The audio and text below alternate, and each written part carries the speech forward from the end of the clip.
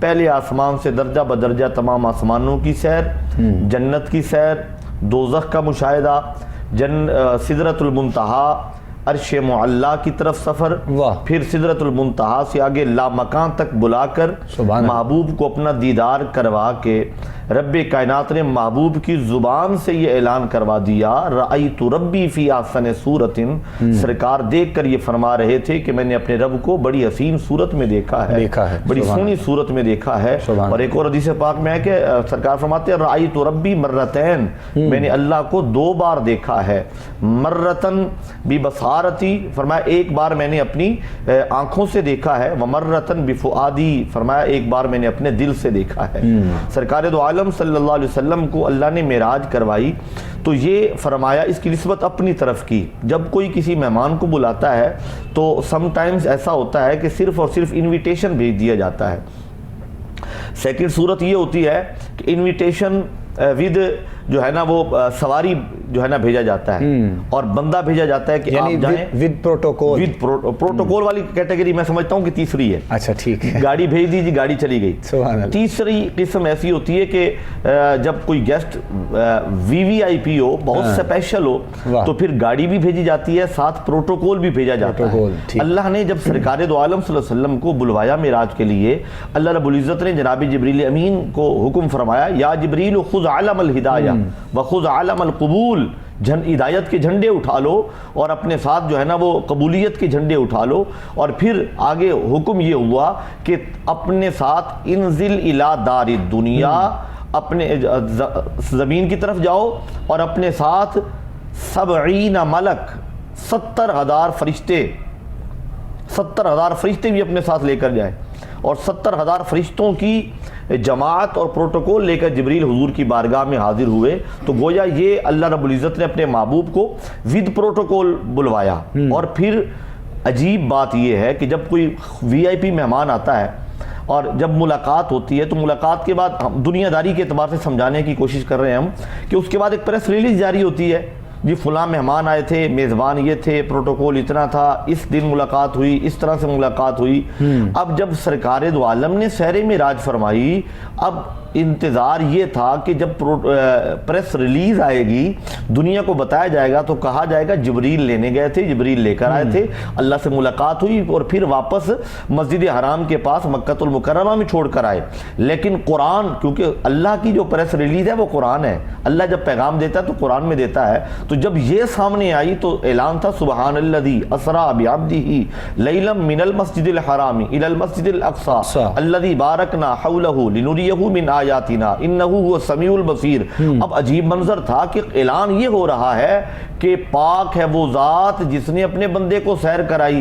اب یہاں پہ جبریل امین کا ذکر نہیں ہے، اللہ خود فرما رہا ہے کہ میں نے سیر کروائی، میں لے کر گیا ہوں، تاکہ اعتراض کرنے والا اگر کوئی اعتراض کرے، اس کی عقل و فہم میں یہ بات نہ آ رہی ہو، اس کا ادراک اس بات کو قبول نہ کر رہا ہو، تو ذات باری تعالیٰ کو دیکھ کر، اس کا ذکر سن کر اس کی زبان گنگ ہو جائے، اس کی فہم و ادراک کے گھوڑے وہ دوڑنا رک جائیں، اور اسے یہ یقین ہو جانا چاہیے کہ سیر کے لیے لے جا کون رہا ہے۔ وہ اعلان کر رہا ہے کہ میں لے کر گیا ہوں، اور جب وہ لے کر جائے تو وہ قادر مطلق ہے، وہ سمیع و بصیر ہے۔ جب وہ ہر چیز پر قادر ہے تو پھر یہ اس پر اعتراض ہونا یا اس کو نہ ماننے والی جو ہے نا وہ ساری صورتیں یہاں پر دم توڑ جاتی ہیں، ممکن نہیں رہتی۔ بالکل۔ اچھا صاحب، ایک اور سوال ذہنوں میں اٹھتا ہے کہ معراج جو ہوئی وہ کب ہوئی اور کس تاریخ کو ہوئی؟ اس حوالے سے مختلف اقوال ملتے ہیں۔ ایک قول یہ ملتا ہے کہ ہجرت سے 8 ماہ پہلے ہوئی یا 7 ماہ پہلے ہوئی، لیکن جو راجح قول ہے، جو مضبوط قول ہے، وہ یہ ہے کہ نبوت کے 10ویں سال جب نبی رحمت صلی اللہ علیہ وسلم کی عمر مبارک 50 برس تھی، اور سرکار دو عالم صلی اللہ علیہ وسلم کی ولادت باسعادت عیسوی سن کے اعتبار سے 571 عیسوی میں ہوئی، ٹھیک، اس طرح سے 621 جو ہے نا وہ عیسوی میں ملتا ہے۔ شب معراج یہ 27 رجب المرجب کو سرکار کا جو ہے نا وہ یہ سیر معراج ہوئی۔ تو یہ عیسوی اعتبار سے 621 عیسوی سن بنتا ہے اور ہجرت سے 3 سال قبل کی بات ہے، نبوت کے 10ویں سال میں ہے، آقا کریم کی عمر مبارک اس وقت 50 برس تھی۔ اور میں آخری بات کر کے آپ کی طرف آتا ہوں، تو آخری بات اس میں یہ تھی کہ سرکار دو عالم صلی اللہ علیہ وسلم کی جو سیر معراج ہے، سرکار دو عالم نے 50 برس کی عمر میں یہ سیر ہوئی، اور ان دنوں میں ہوئی جب مکی دور کا سخت ترین دور چل رہا تھا، اور اس دن تو ستانے والوں نے حد کر دی تھی، اور سرکار دو عالم دل برداشتہ ہو کر حضرت ام ہانی کے گھر کی طرف گئے اور دروازہ بند کر کے کمرہ اندر سے لاک کر کے جو ہے نا سرکار لیٹ گئے۔ اللہ رب العزت نے جناب جبریل امین کو بھیجا، آج میرا محبوب بہت دل شکستہ ہے، آج میرے محبوب کے جو ہے نا اس تکلیف کو اور وہ جو رنج پہنچا ہے، وہ جو تکلیف پہنچی ہے، اس کیفیت میں مرہم رکھنے کا ایک انداز ہے، اب دلاسا دینے والا کوئی اور نہیں ہوگا، جاؤ میرے محبوب کو لے کر آؤ، اور پروٹوکول اتنا دینا کہ آج کی تکلیفیں بھول جائیں، آج کی وہ جو رنج ہے وہ ختم ہو جائے، وہ جو تکلیفیں آج سارا دن دیکھی ہیں وہ ساری ذہن سے اتر جائیں، آج لے کر آؤ میرا محبوب۔ جب آئیں گے نا اور پروٹوکول دیکھیں گے تو پھر اندازہ ہوگا کہ زمین والوں کو قدر نہیں ہے، عرش معلا تک تمام ملائک نگاہیں بچھا کر انتظار کر رہے ہیں، اور خود رب العالمین بھی آج جس ذات کا منتظر ہے، وہ منتظر ذات میرے اور آپ کے محبوب علیہ الصلوۃ والسلام کی کریم آقا علیہ الصلوۃ والسلام کی ہے۔ سبحان اللہ۔ ناظرین محترم، بہت خوبصورت انداز میں اور انتہائی مختصر وقت میں ابھی ابتدائی جملوں سے شاہ صاحب قبلہ نے آغاز کیا، اور بالکل یہ جھلک ابھی آپ نے پیش کی، اور کچھ چیزیں جو آگے بڑھ کر انشاءاللہ یقیناً ہم پروگرام میں ساتھ ساتھ شامل کریں گے۔ مفتی محمد وسیم حیدر قادری صاحب کی جانب میں بڑھنا چاہوں گا، اور آپ بھی اپنے انداز میں ہم چاہیں گے کہ واقعہ معراج کے ابتدائی جملوں سے آغاز کیجیے گا، اور پھر انشاءاللہ کچھ مزید آگے چلیں گے۔ بسم اللہ کیجیے گا۔ بہت شکریہ، جزاک اللہ قبلہ سلطانی صاحب۔ جزاک اللہ خیر۔ اللہ عز و جل کا بے حد و بے حساب فضل و احسان ہے کہ کم و بیش 1,24,000 پیغمبر ہیں، ان میں سے جس ہستی کو اللہ تعالیٰ نے سب سے افضل، سب سے اعلیٰ، سب سے اولا، سب سے بالا، سب سے شالا بنایا، اور جس کو اپنا محبوب بنایا، اللہ عز و جل نے وہ عظیم نبی ہمیں عطا کیا، اور ہمیں ان کا غلام ہونے کا شرف عطا کیا۔ الحمدللہ، سبحان اللہ۔ رحمت عالم صلی اللہ علیہ وآلہ وسلم کے کثیر اور انگنت والا تعداد معجزات ہیں۔ علامہ فخر الدین رازی علیہ رحمہ نے سورہ کوثر کی تفسیر میں یہ لکھا ہے، اِنَّا أَعْطَيْنَاكَ الْكَوْثَرَ کی تفسیر میں، کہ رب لم یزل نے پہلے نبیوں کو جو معجزات عطا کیے، تو کسی نبی کو بڑے معجزات دیے، کسی کو بڑوں سے چھوٹے معجزات، پھر ان کی تفصیل بھی بیان کی۔ معجزہ کسی بھی نبی کے لیے لازم ہے، ٹھیک، ہر نبی کے لیے معجزے کا ہونا ضروری ہے، اور اعلان نبوت کے بعد نبی کے مبارک ہاتھ پر نبی کے ذریعے سے جو خلاف عقل کام صادر ہو اس کو معجزہ کہتے ہیں، اور اعلان نبوت سے پہلے اگر کسی نبی سے خلاف عقل کوئی کام صادر ہو تو اس کو ارہاس کہتے ہیں۔ ٹھیک۔ اللہ جل مجدہ الکریم نے سب نبیوں کو معجزات سے نوازا، لیکن علامہ فخر الدین رازی علیہ رحمہ لکھتے ہیں کہ اللہ تعالیٰ جل شانہ نے ہمارے پیارے آقا و مولا تاجدار ختم نبوت صلی اللہ علیہ وآلہ وسلم کو اتنے کثیر معجزات عطا کیے، گویا کہ سر سے لے کر پاؤں تک معجزہ بنا کر بھیجا ہے۔ سبحان اللہ۔ ان کثیر معجزات میں سے جس معجزے کو سب سے بڑا معجزہ قرار دیا گیا اور قرار دیا جا سکتا ہے، اور یقیناً وہ ہے معجزہ معراج۔ مجھ سے قبل سیدی و مرشدی مفتی سید شہباز احمد شاہ صاحب سیفی نے انتہائی خوبصورت انداز میں گفتگو کی، اللہ پاک ان کے علم و عمل میں مزید برکتیں عطا فرمائے۔ میں بھی اس آیت کے ضمن میں مختصر ایک دو باتیں کرتا ہوں۔ محدث کبیر مفسر عظیم علامہ غلام رسول سعیدی صاحب نے شعراء آفاق تفسیر تبیان القرآن میں یہ بات لکھی ہے اسی آیت کی تفسیر میں کہ سفر نامے میں 7 چیزوں کا ہونا ضروری ہے۔ نمبر 1، سفر کس نے کرایا۔ نمبر 2، سفر کس نے کیا۔ ٹھیک۔ نمبر 3، سفر کہاں سے شروع ہوا۔ نمبر 4، سفر کہاں تک ہوا۔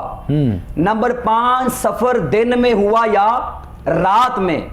نمبر 6، سفر کتنی دیر میں ہوا اور نمبر 7 یہ کہ سفر کس لیے ہوا، اللہ اکبر، سفر کا مقصد کیا تھا۔ علامہ فخر الدین رازی علی رحمٰن نے بھی لکھا ہے اور نقل بھی کیا علامہ غلام رسول سعیدی صاحب نے، اور کمال کر دیا۔ آپ فرماتے ہیں کہ اللہ جل مجد الکریم نے سورہ بنی اسرائیل کی آیت نمبر 1 میں 7 کی 7 چیزیں بیان فرما دی ہیں۔ سفر کس نے کرایا؟ فرمایا سبحانہ، اللہ، اس ذات نے جو ہر عیب سے پاک ہے، واہ واہ واہ، ہر نقص سے پاک ہے، ہر ایسی صفت سے جو اس کی شان کے لائق نہیں، وہ پاک ذات ہے، وہ پاک ذات ہے جس نے سفر کرایا۔ ٹھیک، پہلی بات، سفر کس نے کیا؟ فرمایا بے عبد ہی، اس کے بندہ خاص نے سفر کیا ہے۔ اللہ اکبر، کرانے والا اللہ پاک خود ہے، اور سفر کرنے والا عبد نہیں، عبدی ہی، عبد ہی، اس کا بندہ خاص ہے۔ اللہ اکبر، تیسرا، سفر کہاں سے ہوا؟ فرمایا من المسجد الحرام، مسجد حرام سے سفر کا آغاز کیا گیا۔ کہاں تک ہوا؟ الی المسجد الاقصی، مسجد اقصی تک، اور اس کے بعد جہاں تک رب تعالیٰ نے چاہا وہاں تک۔ اللہ سبحان اللہ، سفر رات میں ہوا یا دن میں؟ فرمایا اسرا، راتوں رات لے گیا۔ واہ واہ، سبحان اچھا، اب رات تو بہت لمبی ہے، ٹھیک، کتنی دیر میں سفر ہوا؟ ساری رات ہوتا رہا، رات کے کسی مخصوص حصے میں ہوا تو مخصوص اتنا کتنی دیر کا تھا؟ فرمایا لیلن، رات کے تھوڑے سے حصے میں ہوا ہے، اللہ، پوری رات نہیں ہوا، کئی گھنٹوں تک وہ سفر جاری نہیں رہا، لیلن، تھوڑے سے حصے میں کرایا۔ اچھا، سفر کس لیے کرایا؟ کہا لنریہ من آیاتنا، تاکہ ہم اپنے بندہ خاص کو اپنی بعض نشانیاں دکھا دیں۔ اللہ، اب کمال کی بات یہ کہ سفر کرنے والے محبوب خدا ہیں، سبحان اللہ، اور بیان کرنے والا خود خدا ہے، خود خدا بن، سفر کرنے والے عبد خاص ہیں، سفر کرانے والا سبحان ہے۔ آخری بات میں اس کے ضمن میں کرنا چاہتا ہوں، جو علماء کرام مفسرین کرام نے بیان کی، کمال کر دیا۔ کہتے ہیں کوئی بڑا بندہ سفر کرے نا تو اس کے وزراء سفر کو بیان کرتے ہیں، سفراء سفر کو بیان کرتے ہیں، کہ ہم بادشاہ سلامت کے ساتھ گئے تھے، فلاں فلاں وزیر کے ساتھ گئے تھے، سفیر آ کے بیان کرتے ہیں، وزیر بیان کرتے ہیں کہ یہ ہم نے سفر کے اندر دیکھا۔ اور یہاں آپ کے میرے پاک نبی علیہ السلام کو اللہ نے یہ کمال کی شان عطا فرمائی کہ سفر حبیب خدا کر رہا ہے اور بیان خود میرا خدا فرما رہا ہے۔ تو یہ نبی پاک صلی اللہ علیہ وسلم کی بڑی شانیں ہیں، ہزار اس میں باتیں انشاءاللہ عز و جل کے شاہ صاحب بیان فرمائیں گے، اس کے بعد مزید باتیں جاری ہوں گی انشاءاللہ۔ بہت شکریہ جی، بہت شکریہ۔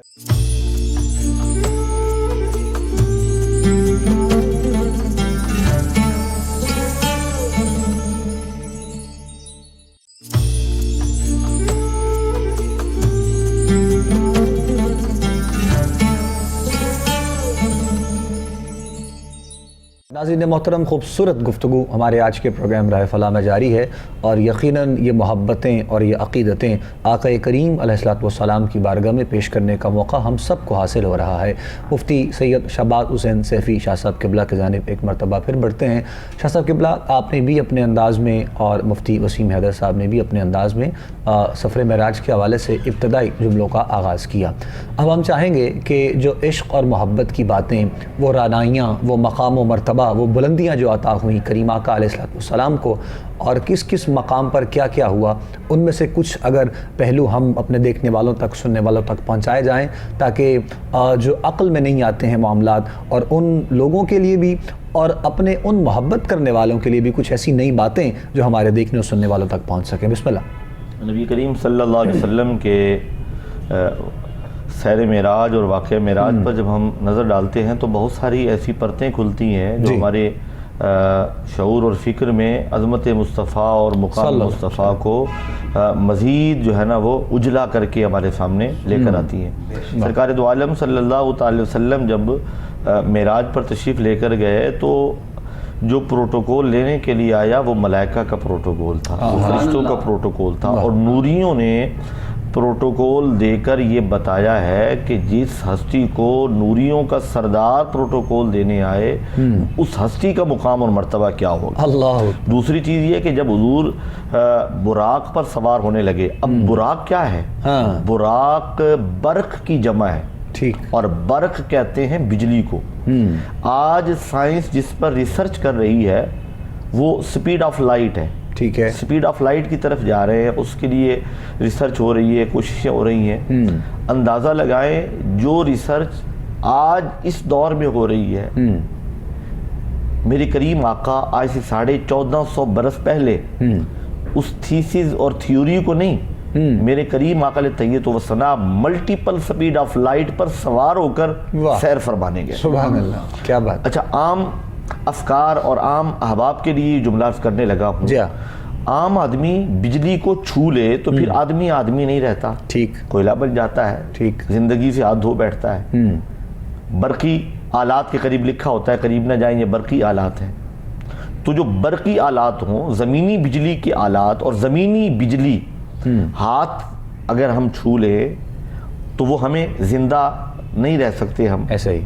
تو یہ زمینی بجلی ہے، وہ جو آسمانی بجلی اور بجلیوں کا مجموعہ، براق بجلیوں کا مجموعہ، مبالغہ کا صیغہ ہے، اس پر جس ہستی نے سیر فرمائی ہے، اس کا مطلب یہ ہے کہ ہماری فہم و ادراک سے بالا ہستی ہے، بالا ہے. واہ، ان کا مقام بالا ہے، سبحان اللہ، ان کی عظمت بہت اعلیٰ ہے. کیا بات. اس لیے اللہ نے اس شب کائنات کو یہ بتانا تھا کہ یہ تم میں آئے ہیں، تم میں سے ہیں، لیکن تم جیسے نہیں ہیں. نہیں ہے. واہ، اس جو ہے نا، کسی گمان میں کوئی شخص نہ رہے. سبحان اللہ. سر سے لے کر پاؤں تک میرے آقا تنویر ہی تنویر ہے. گفتگو سرکار کی قرآن کی تفسیر ہے. سوچتی تو ہوگی دنیا میرے مصطفیٰ کو دیکھ کر، وہ مصور کیسا ہوگا جس کی یہ تصویر ہے. اللہ نے محبوب کو بے مثل بنا کر گویا اپنی قدرتوں کا اظہار فرمایا ہے کہ وہ مصور کتنا حسین ہوگا.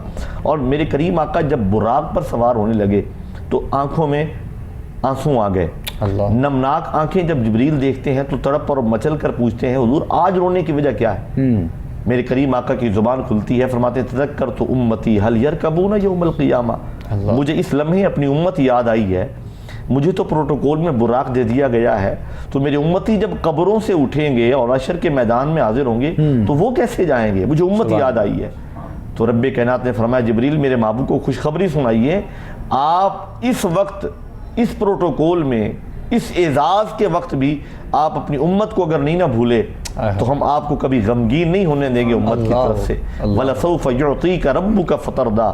آپ کا رب آپ کو اتنا عطا کرے گا آپ راضی ہو جائیں گے، اور آپ کا امتی قبر سے بعد میں اٹھے گا، سواری پہلے وہاں پہنچی ہوگی. میرے کریم آقا اس وقت بھی ہمیں نہیں بھولے. اور پھر یہاں سے جب براق یہ روانہ ہوتا ہے راستے میں، اب یہ دیکھیں براق پر سوار ہے، اتنی رفتار ہے کہ وہ سیدی اعلیٰ حضرت کا یہ کلام ہے، تھا براق نبی یا کہ نور نظر، یہ گیا وہ گیا اور ہوا ہو گیا. اب یہ نظر کی رفتار کا جو عالم ہے، اس رفتار سے بھی زیادہ اس براق کی رفتار تھی. جہاں تک نگاہ جاتی ہے، نگاہ جہاں پہنچتی ہے وہاں اس کا پہلا قدم ہے، اور جہاں نگاہ جائے وہاں پہلا قدم ہے. تو نگاہ ہماری تو محدود ہے، اور سرکار دو عالم صلی اللہ علیہ وسلم تو مدینہ طیبہ میں بیٹھ کر، بلکہ حضور جس آنگن میں آئے، حضرت آمینہ فرماتی ہیں کہ جب حضور میری گود میں آئے تو میں نے مکے میں بیٹھ کر شام کے محلات کو دیکھ لیا. تو جن کی گود میں وہ محبوب آئیں اور وہ والدہ کی نگاہ کا عالم یہ ہے، اس محبوب کی اپنی نگاہ کا عالم کیا ہوگا؟ اب حضور کی نگاہ کو اگر دیکھا جائے، سرکار کی نگاہ کے مطابق اس کی رفتار ہے براق کی، تو پھر تو وہی بات ہے کہ یہ گیا وہ گیا اور ہوا ہو گیا. اتنی رفتار میں حضور جا رہے ہیں، اور میرے کریم آقا فرماتے ہیں کہ مررتو بقبر موسیٰ رأیت موسیٰ یصلی فی قبری قائما. میں سفر سیر معراج کے دوران میں نے دیکھا موسیٰ علیہ السلام کی قبر کو، اور قبر کے پاس سے گزرا تو میں نے دیکھا موسیٰ علیہ السلام یصلی فی قبری قائما، کھڑے ہو کر نماز پڑھ رہے تھے قبر میں. حضور فضاؤں میں ہے اور براق پر سوار ہے، اور براق اتنی رفتار میں ہے کہ جہاں تک نگاہ جاتی ہے وہاں قدم ہے، اور اتنی سپیڈ میں جا رہا ہے. تو اندازہ یہ لگائیے کہ جب اتنی رفتار میں حضور جا رہے تھے، اور رات بھی چاندنی نہیں تھی، 27ویں شب تھی، اور 27ویں شب ظاہر اندھیری رات ہوتی ہے. اندھیری رات میں فضاؤں پر براق پر سوار ہو کے جاتے میرے نبی نے زمین کے نیچے قبر میں لیٹے ہوئے جناب موسیٰ علیہ السلام کو دیکھ لیا، اور کہا یہ لیٹے نہیں، اب تو کھڑے ہیں، اور کھڑے ہو کر بھی نماز پڑھ رہے ہیں. اور نماز جب کھڑے ہیں تو قیام میں ایسی کیفیت نہیں ہے کہ پتہ چلے کہ نماز پڑھ رہے، اس کا مطلب یہ حضور نے بندے ہاتھ بھی دیکھ لیے، اللہ، میرے کریم آقا نے ان کے ہلتے لب بھی دیکھ لیے، سبحان اللہ، اور ان لبوں سے نکلتی آواز کو بھی سن لیا۔ سبحان اللہ۔ تو جب میرے کریم آقا فضاؤں میں جاتے ہوئے براق پر سوار ہو کر موسیٰ علیہ السلام کی حالت دیکھ سکتے ہیں، تو یہ حدیث ہمیں بتا رہی ہے کہ گنبد خضراء پاکستان سے تو دور نہیں ہے نا، اللہ، دنیا کے کسی کونے میں حضور کا امتی بیٹھ کر حضور پر درود پڑھے تو یقیناً میرے کریم آقا سنتے بھی ہیں، بے شک، سماعت فرماتے ہیں اور مشاہدہ بھی فرماتے ہیں۔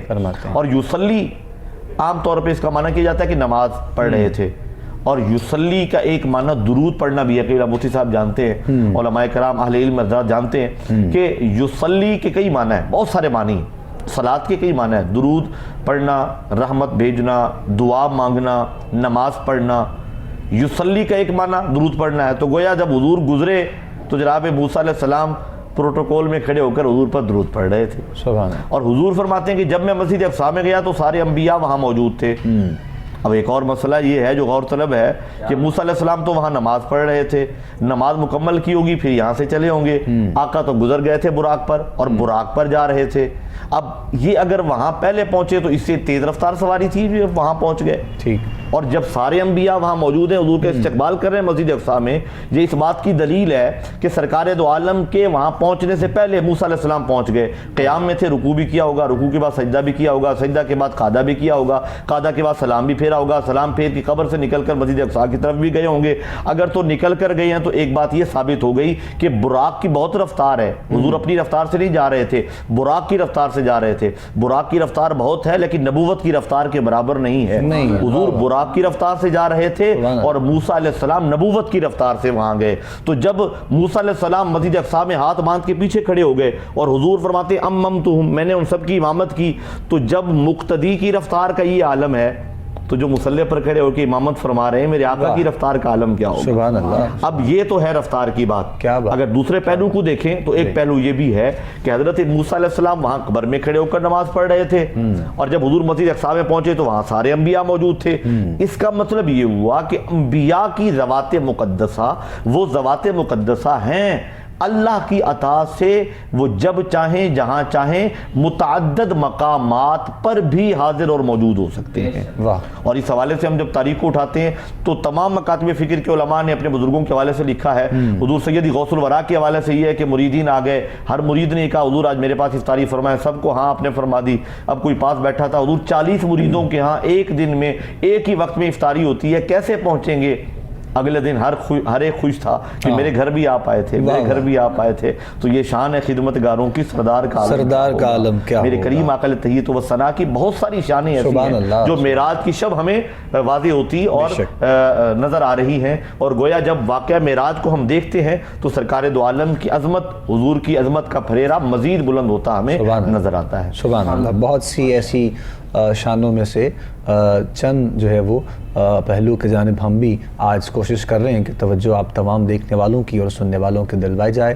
مفتی سید شہباز حسین سیفی شاہ صاحب اور ان کے ہمراہ ہمارے ساتھی ہمارے آج کے پروگرام میں مفتی وسیم حیدر صاحب بھی موجود ہیں، اور ان کے جانب بڑھیں گے، اور یقیناً ہم چاہیں گے مفتی صاحب قبلہ آپ بھی جس طرح واقع معراج پر گفتگو ہے اور وہ تحائف، وہ کرم نوازیاں جو پروردگار عالم کی جانب سے اپنے محبوب کریم کی جانب ہوئیں، اور جو محبت اور عشق کا ایک ایسا جو ہے وہ پہلو رہا، اور وہ مقام، وہ بلندیاں رہیں کہ جو فقط جو ہے وہ جو فرمایا گیا کہ ٹک ٹکی باندھ کر دیدار کیا گیا۔ میں چاہوں گا کچھ اس طرف بھی آپ اپنے انداز میں ذرا مفتی صاحب فرمائیے گا۔ بسم اللہ۔ سبحان اللہ، ماشاء اللہ، جزاک اللہ۔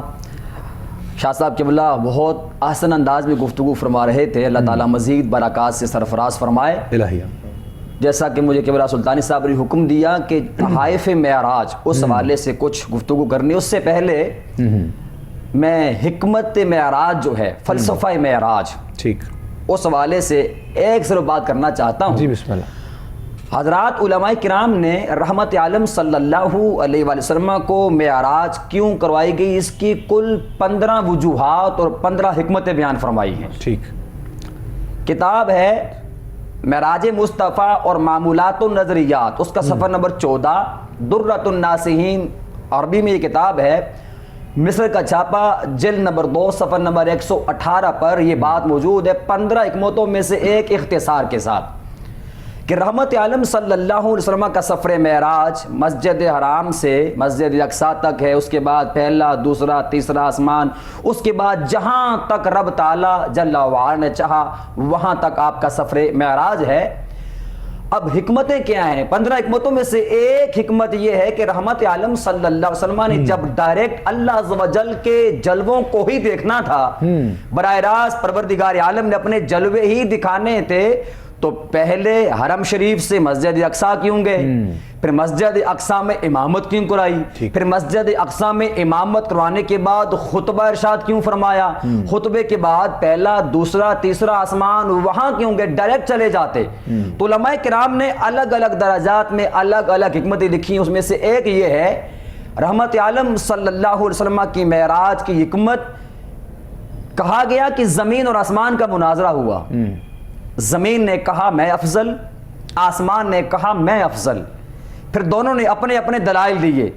زمین کہنے لگی میری اوپر پہاڑ ہیں، دریا ہیں، صحرا ہیں، درخت ہیں، اللہ تعالیٰ نے مجھے ان چیزوں سے مزین کیا، اور اے آسمان تیرے پاس تو دریا بھی نہیں، تیرے پاس صحرا بھی نہیں، تیرے پاس پہاڑ بھی نہیں، تیرے پاس چشمے بھی نہیں ہیں، تیرے اوپر درخت بھی نہیں ہیں، تو جب یہ چیزیں میرے اندر ہیں تو مجھے تجھ سے فضیلت حاصل ہے، میں تجھ سے افضل ہوں۔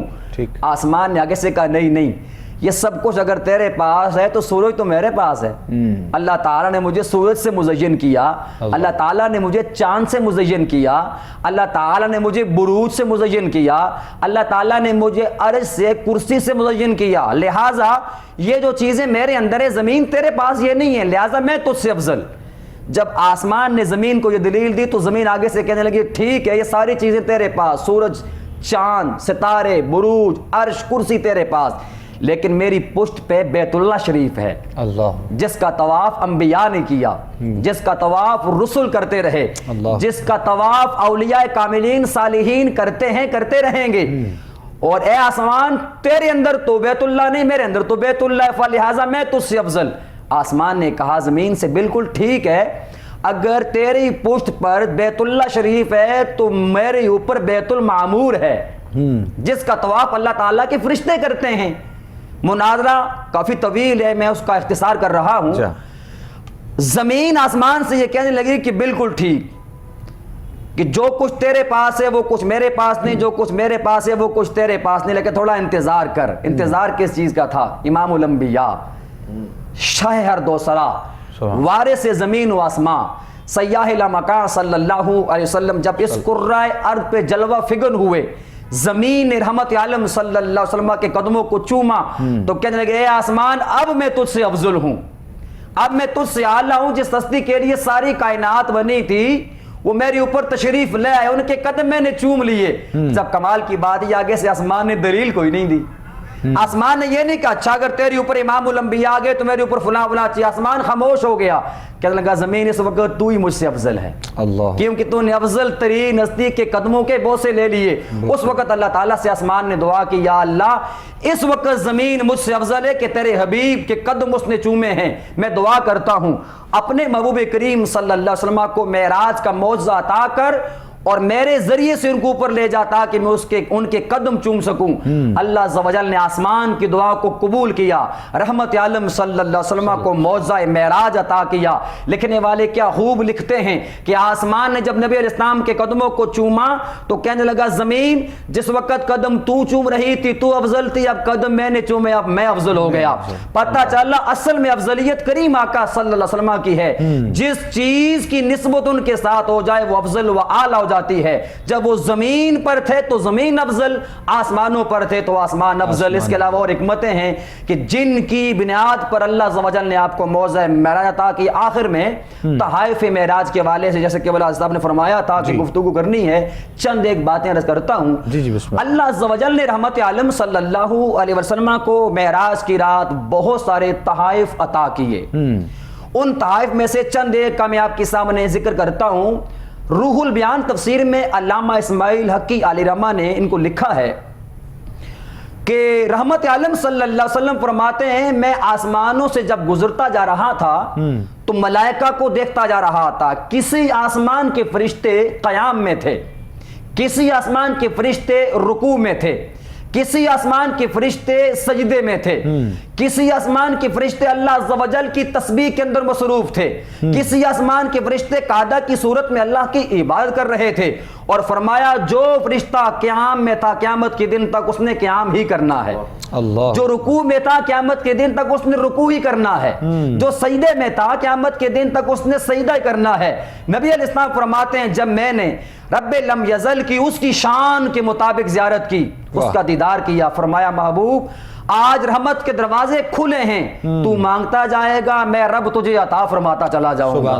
تو نبی رحمت صلی اللہ علیہ وسلم نے سب سے پہلے عرض کی یا رب العالمین مجھے یہ فرشتوں کی عبادت بڑی پسند آئی ہے، قیام، ان کے رکوع، ان کے سجود۔ اللہ پاک جل وعلا نے فرمایا محبوب کریم صلی اللہ علیہ وسلم یہ سارے فرشتوں کی عبادت ایک جگہ پہ اکٹھا کر کے میں نماز کی صورت میں آپ کو بھی عطا کر دوں گا، آپ کے ذریعے سے آپ کی امت کو بھی عطا فرما دوں گا۔ اور محبوب صلی اللہ علیہ وسلم جو بندہ آپ کی امت میں سے نماز پڑھے گا میں باقی تمام فضائل و ثواب کے ساتھ سارے فرشتوں کی عبادت کا ثواب بھی عطا فرما دوں گا۔ تو ایک تحفہ تو تحفہ نماز، تحفہ صلاۃ ہے، اس پر لمبی چوڑی پر گفتگو کے 50 نمازیں فرض ہوئیں، دھیرے دھیرے 5 رہ گئیں، لیکن اللہ پاک نے فرمایا جو 5 پڑھے گا اس کو بھی 50 ہی نمازوں کا ثواب ملے گا۔ دوسرا تحفہ جو اللہ پاک نے عطا کیا، فرمایا محبوب کریم صلی اللہ علیہ وسلم آپ کی امت میں سے جو شرک پہ نہیں مرے گا، مشرک ہو کر نہیں مرے گا، میں رب وعدہ کرتا ہوں قیامت کے دن میں اس کی مغفرت فرما دوں گا۔ تیسرا تحفہ اللہ عز و جل نے سورہ البقرہ کی آخری 2 آیات عطا کی، اور پھر ان کے فضائل بھی ہیں۔ اللہ جل مجد الکریم ہم سب کو ان تحائف کی قدر کرنے کی توفیق عطا فرمائے، اللہم آمین یا رب العالمین۔ ناظرین محترم، پروگرام راہ فلاح آپ لوگ دیکھ رہے تھے، ہمارے پروگرام کا وقت اپنے اختتام کی جانب پہنچ چکا ہے۔ اپنے پروگرام کے وقت میں رہتے ہوئے واقعہ معراج کے حوالے سے، سفر معراج کے حوالے سے گفتگو ہمارے دونوں علماء نے شخصیات نے کی، اور پروردگار عالم کی بارگاہ میں دعا ہے کہ مالک کائنات توفیق عمل عطا فرمائے، اور یہ محبتوں اور عقیدتوں کا سفر اسی طرح جاری و ساری رہے۔ آخر میں شکریہ ادا کرنا چاہوں گا میں مفتی صاحب قبلہ آپ کا، شاہ صاحب قبلہ آپ کا بھی، دونوں شخصیات ہمارے پروگرام میں تشریف لائے، تو ملاقات رہے گی انشاءاللہ، اپنے دعا میں یاد رکھیے گا، اور یہ پروگرام انشاءاللہ آپ لوگ دیکھتے رہیں گے، سنتے رہیں گے، مختلف موضوعات کے ساتھ ہماری آپ سے ملاقات رہے گی۔ اپنے میزبان ابوبکر سلطانی کو اور ہماری کوہ نور ٹی وی کی پوری ٹیم کو آپ اجازت دیجیے۔ السلام علیکم ورحمۃ اللہ وبرکاتہ۔